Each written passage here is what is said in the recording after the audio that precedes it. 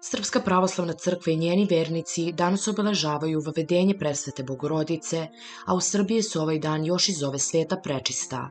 Ovaj dan u crkvenom kalendaru označen je crvenim slovom, slavi se kao ulazak Presvete Bogorodice u hram, a mnogi Srbi slave na ovaj dan. Jedan od 12 velikih hrišćanskih praznika. Devica Marija inače bila je prva doživotno zaveštana devojka. Marija je kao trogodišnje dete data u hram jer su se tako zavetovali njeni roditelji Joakim i Ana. Kako dugo nisu mogli da imaju dece, obećali su Bogu da će, ako im da poroda, dete predati njemu da služi. Marija je išla svečano odevena i ukrašena između majke i oca u svečanoj povorci, a iza njih kretali su se mnogi rođaci i prijatelji. Ispred Marije išle su device sa upaljenim svećama. Na samom ulazu dočekao ih je otac Jovana Krstitelja, prvosveštenik Zaharije. Ulazak Marije u hram praćen je svečanom povorkom Joakimovih i Aninih srodnika. Dok su bili živi, roditelji su je još posećivali, a nakon njihove smrti Marija je izrazila želju da ostane u hramu i ne stupa u brak.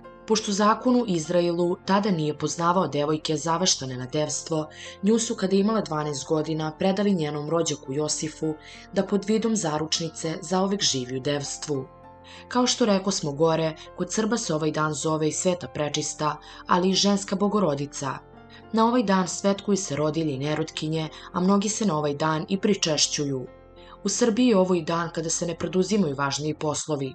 Osim onih koji danas slave slavu, ovo je i dan koji obeležavaju stočari, jer se veruje da Bogorodica štiti stoku od zveri. Smatra se da danas ne treba preduzimati nikakve važnije poslove, sklapati ugovore, započinjati velike radove i slično. I za vavedenje važi pravilo da ne treba raditi po kući, prati veš, peglati i slično. Kako pada u drugoj nedelji Božićnog posta, danas se svakako i posti. Vavedenje Presvete Bogorodice je inače i slava srpskog manastira Hilandara na Svetoj gori. Ovom prazniku su posvećeni manastiri Bradača, Sveta Bogorodica Sićevo, Kalenić i Vavedenje.